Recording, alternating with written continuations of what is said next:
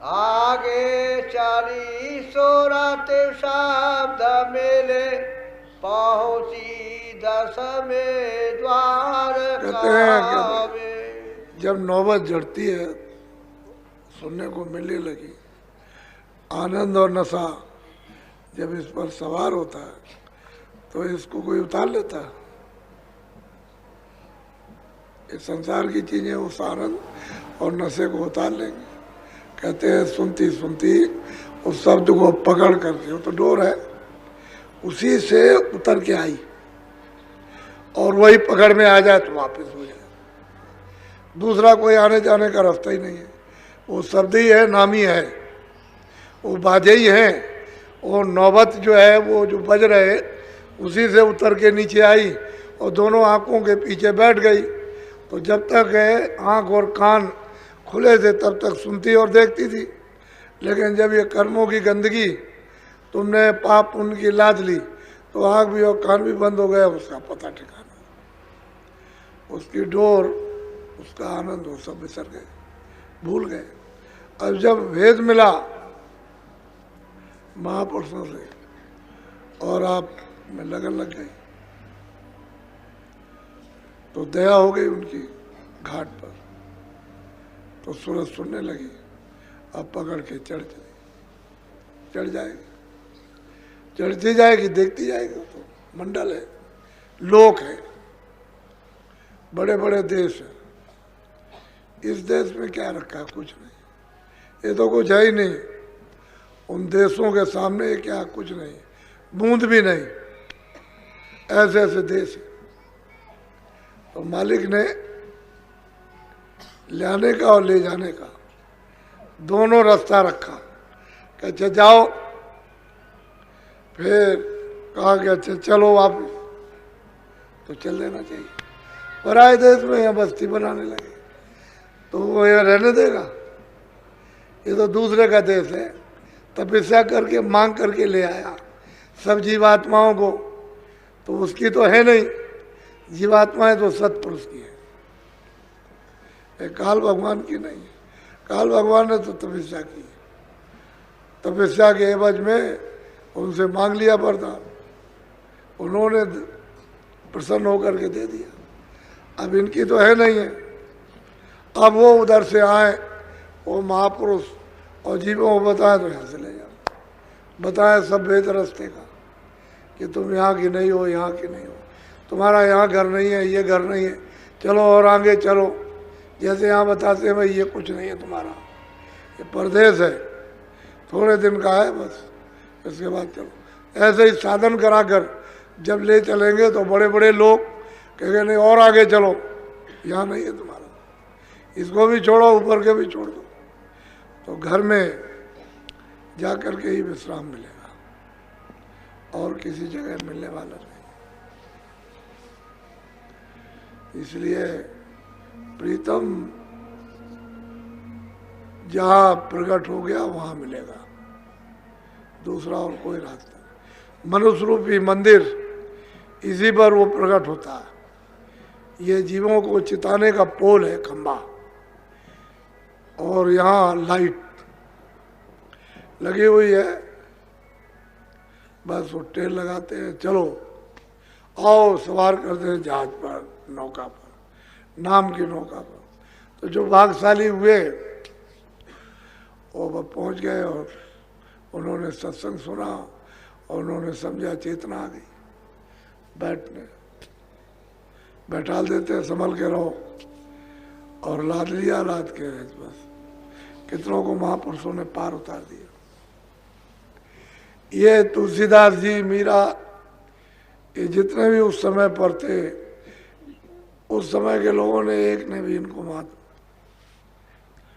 नहीं माना। वही जिनको सत्संग मिला और वचन जिनकी समझ में आ गया और जुक्ति ले ली और साधन करने लगे भजन, वो तो उनको तो मालूम हो गया। बाकी उस समय के लोग कोई नहीं समझ सकते, ऐसे ही रह गए। तो आप बड़ी संख्या में आ गए हो। क्योंकि यहाँ जितने हैं उतने तो यहाँ ही, लेकिन जहाँ बिस्तर है वहाँ भी लोग अपने अपने बिस्तरों पर हैं। काफ़ी लोग आ गए और सत्संग वैसे तो शुरू हो गया, लेकिन 9 तारीख से होगा। उस सत्संग की, उस संदेश की लोग सब प्रतीक्षा में है कि वो सब चीज़ें सुनने को मिले। तो आप सब लोग अभी से ही इरादा कर रखो कि सुबह करो नाश्ता, दिन में 1:30 बजे भोजन और शाम को कुछ नहीं।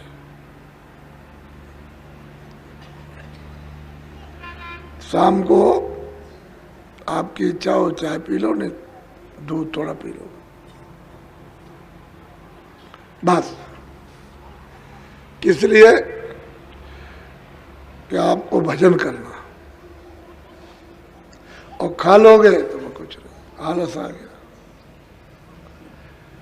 इतना तुम सुबह नाश्ते में और 1:30 बजे भोजन में कर लोगे कि उससे आपके शरीर पर कोई फर्क नहीं, खाली मन धोखा देता। शरीर भी ठीक हो जाएगा, बहुत से विकार निकल जाते हैं। तो उन दिनों में जो बच्चे हैं उनको दिन में आप रख लीजिए, उनको दे दीजिएगा, क्योंकि छोटे छोटे बच्चे भी आएंगे तो उनको चाहिए। वो तो भजन नहीं करते, लेकिन अब ये खेलते कूदते रहते हैं, तो उनको दे दीजिए आप। बच्चों के लिए मना नहीं है, लेकिन जो भजन करने वाले हैं उनको मतलब ये है कि ये बहुत ज़रूरी है कि उस समय पर भजन, फिर बिस्तर पर जाओ भजन, फिर रात में उठ के बैठ जाओ भजन, फिर सुबह उठो फिर भजन। दिन में कई बार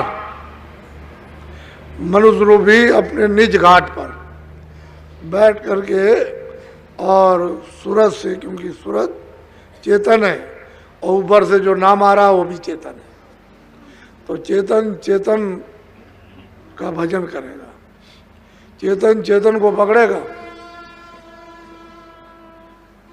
जड़ नहीं। जड़ चेतन का भजन नहीं कर सकता। शरीर जड़ है और सूरज चेतन है, तो आप भजन, क्योंकि इसलिए आए कि लोग बेचारे समय समाप्त कर रहे इस उधेड़बन में और व्यर्थ में जा रहा है।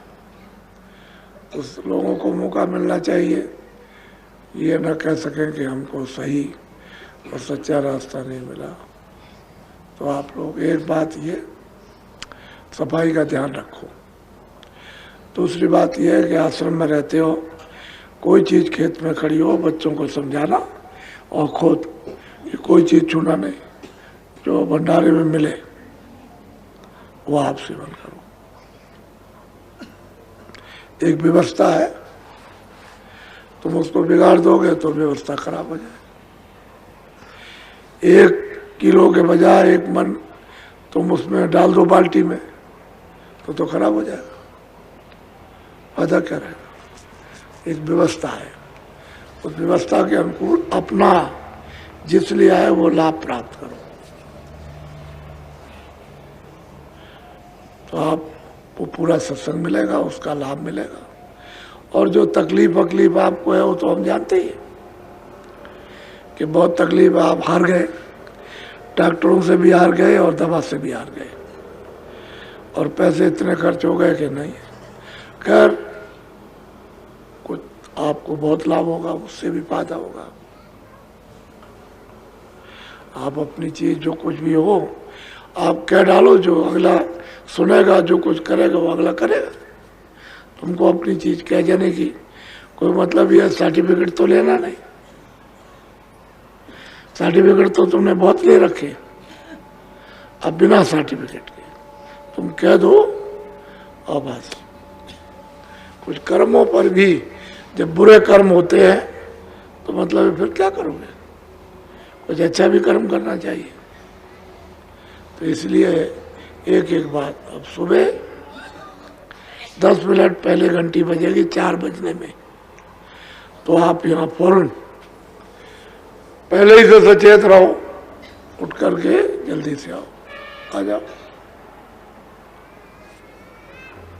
पहले आ जाओ, बैठ जाओ भजन पर। ध्यान में इच्छा ध्यान करो, भजन के सुमन की इच्छा हो सुमन करो, बैठ।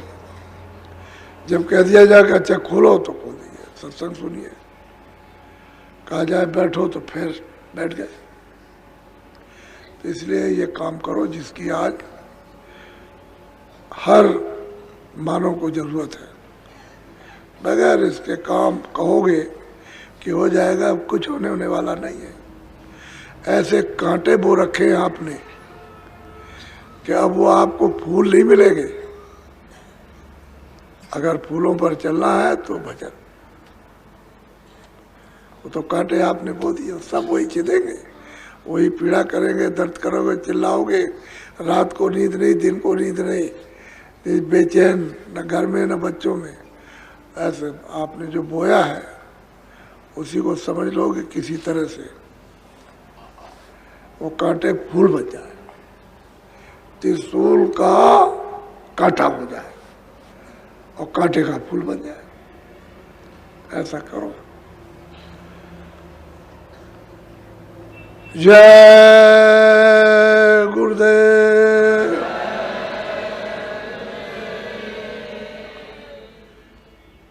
अभी इसमें रह गया है आपको आगे,